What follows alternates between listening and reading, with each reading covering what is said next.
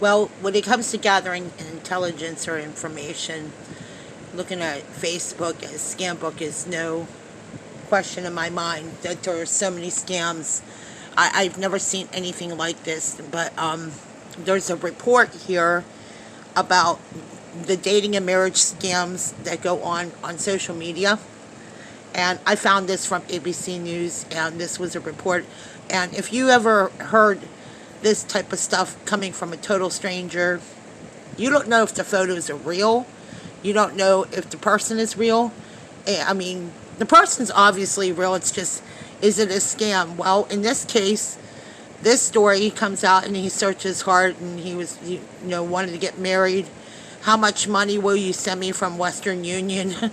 Was the end of the story. For this story, it continued though, because it got worse. She sent him money, $18,000 later, and ends up in the middle of a drug trafficking ring.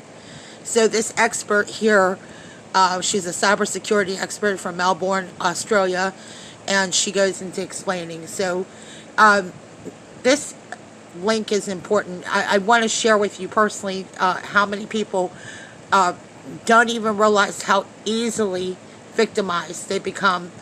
That's all I felt is I felt like I was going through the same thing. And when I was 25 years old, I was asked out on a coffee date, and I was raped that night.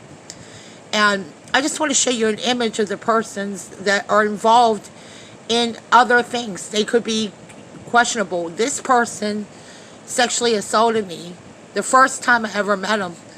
And, me thinking I can be a good cop or police officer at that point, because that's what I wanted to do for a living, I thought I could nail him and get him into jail and get the help I needed, but I did not.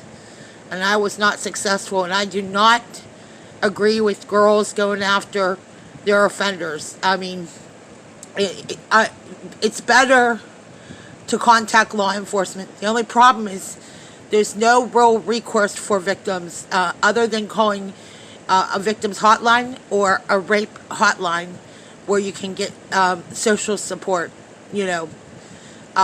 because there's so many crimes against victims. In this case, my dad helped me, and I think you have to be wise and know what to do and talk to people about it so that you don't become a victim of a rape, assault. And again, I knew what was going on. It wasn't a question of not knowing. It was just getting help and not being victimized. And I'm just telling you, contact the FBI for further information. And they could be connected to other rapes and assaults as well. Thank you for listening.